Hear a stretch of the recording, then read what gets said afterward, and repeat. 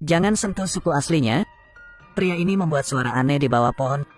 Beberapa menit kemudian, serangga beracun ditemukan di pohon. Dia menangkapnya dan menaruhnya di daun, lalu mengeluarkan duri untuk menghilangkan semua racunnya. Senjata pembunuh yang tidak curiga sudah selesai. Melihat target muncul, dia mengeluarkan tabung bambu untuk meracuni bagian dalamnya. Dia meniup panah ke leher lawan. Beberapa detik kemudian dia jatuh mati. Pria ini berasal dari suku primitif, yang sukunya dibunuh secara tragis. Karena untuk membalaskan dendam suku tersebut, Maroko membunuh pemimpinnya. Target pertama adalah pemimpin.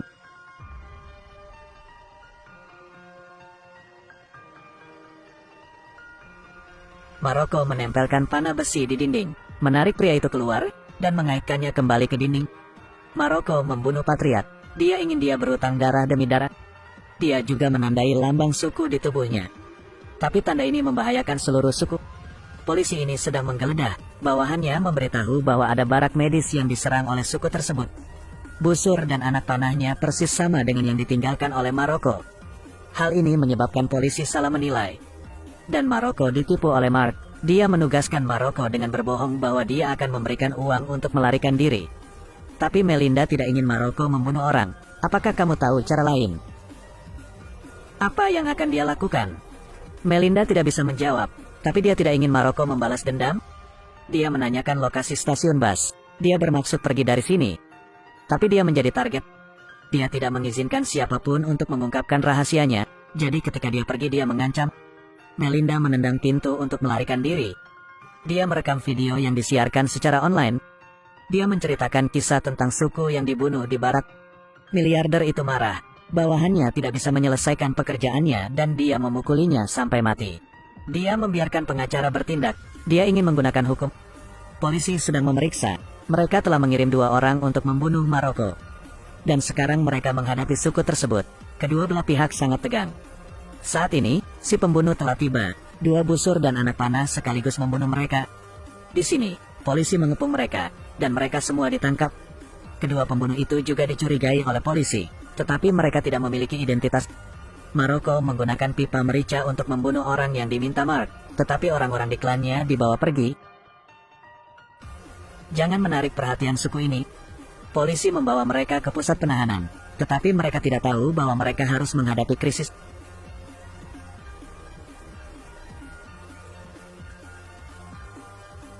Pria ini adalah penjaga suku. Dia tidak mengizinkan siapapun menyentuh orang-orang di suku tersebut. Bahkan negara, dia tidak menerima. Di matanya, tidak ada yang lebih penting dari orang-orang dari klan. Polisi ini ingin menyelamatkan anjingnya, dan anjing ini juga menyelamatkan nyawanya. Ketika dia melihat situasinya, kakinya ditembak oleh busur dan anak panah. Pria itu berguling, menginjak kaki polisi itu dengan keras. Dia mengambil busur dan anak panah dan anjing itu berlari ke polisi. Maroko perlahan meletakkan busur dan anak panah, memutuskan untuk membebaskan polisi. Dia membiarkan semua orang kembali ke desa. Dia harus membunuh miliarder itu, baru suku itu akan aman. Setelah menarik banyak media, angkatan bersenjata pemerintah tidak dapat menghentikan Maroko. Kompetensi polisi dipertanyakan, dan atasannya sangat marah. Dia meminta untuk menyerahkan kasus Maroko, lalu menggeledah Maroko ke seluruh kota tetapi tetap tidak berhasil. Melinda menemukan seorang teman yang dia perkenalkan kepada miliarder itu. Dia tahu apa yang diinginkan miliarder itu.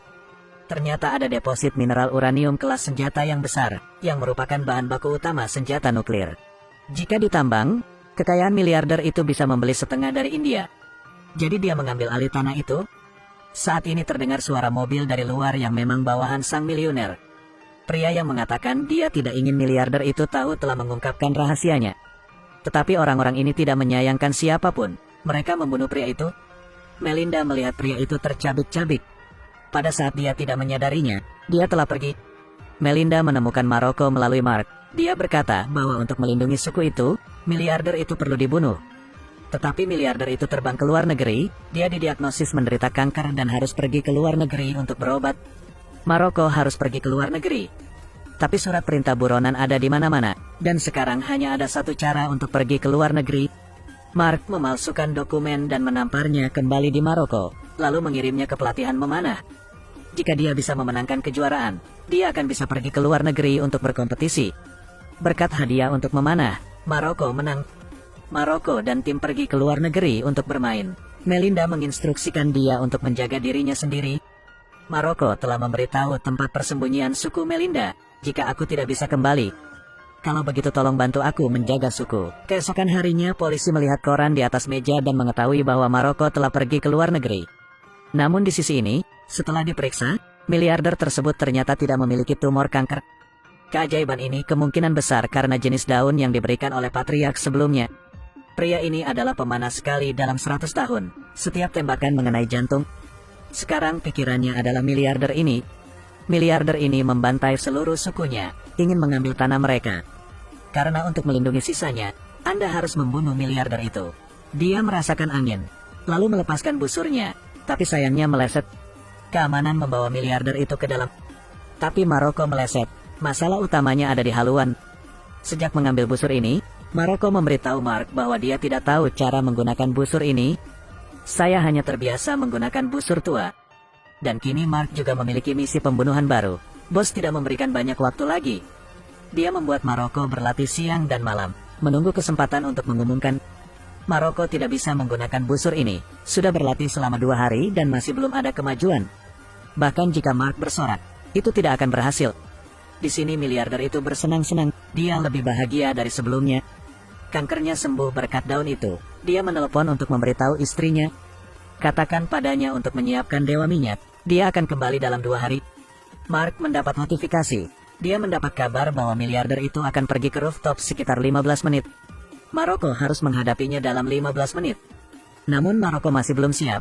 Di momen krusial ia lewatkan. Miliarder kembali. Tempat itu dijaga ketat. Assassin tidak akan bisa masuk. Tapi masih belum ada pesawat. Dia hanya bisa naik kereta.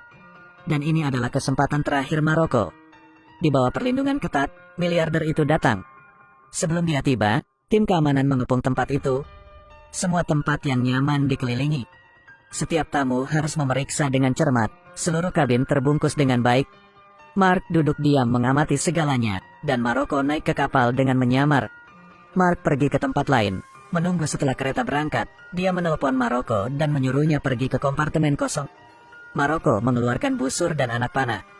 Tetapi ketika dia baru saja bersiap-siap, seorang karyawan melihat sesuatu yang tidak biasa. Penjaga itu bergegas mendekat. Mark memberi isyarat lagi.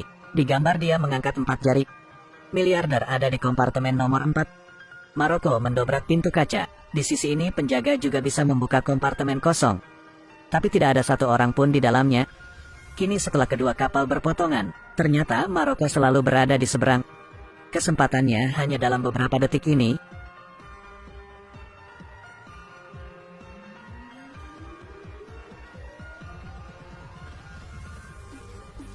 Pada saat kritis, polisi dikepung, dan Maroko ditangkap.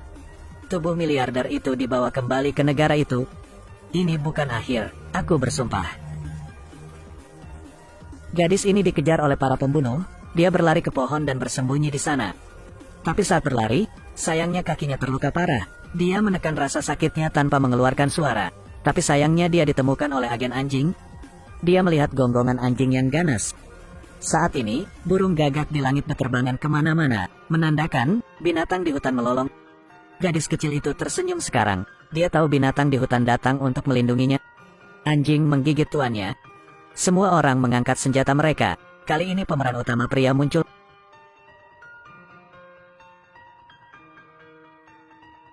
Anda adalah orang Maroko yang baru saja keluar dari penjara. Belum lama ini, istri miliarder itu menghubungi para pembunuh untuk membunuh suku tersebut. Untuk balas dendam, dia menghabiskan banyak uang untuk merebut Maroko. Segera sebuah mobil tiba. Mereka mendobrak pintu dan kemudian pergi mencari anggota suku lainnya. Burung-burung mulai berkicau, memberi isyarat kepada anggota suku bahwa seseorang sedang memasuki hutan. Dia membiarkan orang lain memberitahu semua orang, lalu berbalik menghadap ke tanah. Ada banyak orang yang datang. Namun dia tetap tidak berniat menyerah, melainkan memanfaatkan medan. Peluru yang tak terhitung jumlahnya ditembakkan. Dia tidak berani berbalik. Ada burung yang memberi sinyal Maroko. Maroko memberi sinyal pada burung. Seekor burung berwarna-warni hinggap di tangannya. Dia membelai burung itu, menggunakannya untuk berhasil membuka pintu penjara. Di sisi ini, karena pasukan musuh terlalu besar, seluruh suku terkepung. Segera dia dibunuh. Putranya kembali ke tempat itu untuk melapor. Tapi para pembunuh menemukan keberadaan mereka. suku dibunuh secara brutal. Karena untuk melindungi semua orang, anak-anak lari ke hutan terlebih dahulu. Orang dewasa menggunakan hidup mereka untuk mengulur waktu bagi anak-anak mereka. Mengetahui bahwa dia akan mati, tetapi pria itu masih berjuang. Para pembunuh mengirim foto ke wanita itu, tetapi dia menemukan ada yang tidak beres. Tidak ada tubuh anak-anak. Saat ini, anak-anak sedang berlarian di hutan. Sayangnya seorang gadis kecil terjatuh. Tapi para pembunuh mengejar di sana. Karena agar tidak melibatkan semua orang, dia menyuruh semua orang pergi dulu sambil mengulur waktu. Dia pergi ke tempat lama suku itu, ke sebuah pohon kecil yang bersembunyi di dalamnya. Tapi dia ditemukan oleh anjing pemburu. Dalam keputusasaannya, Maroko tiba. Menghadapi pemimpin hutan, para pembunuh ini bukan apa-apa bagi Maroko. Maroko mencoba membunuhnya, tetapi dia memohon pada Maroko. Dia memberitahu Maroko bahwa ada pengkhianat di suku itu. Dia dengan marah bertanya siapa dia, dan dia melihat ke kapak. Lagi pula siapa itu? Saat ini, ketika polisi menyerahkan kasus tersebut, mereka menemukan kebenarannya. Suku-suku yang pernah berhubungan dengannya dibunuh dan kemudian menghilang. Gadis ini tidak terlihat sebaik yang kukira. Jadi apa yang harus Maroko lakukan? Datang saja ke sini hari ini. Terima kasih semuanya. Selamat tinggal.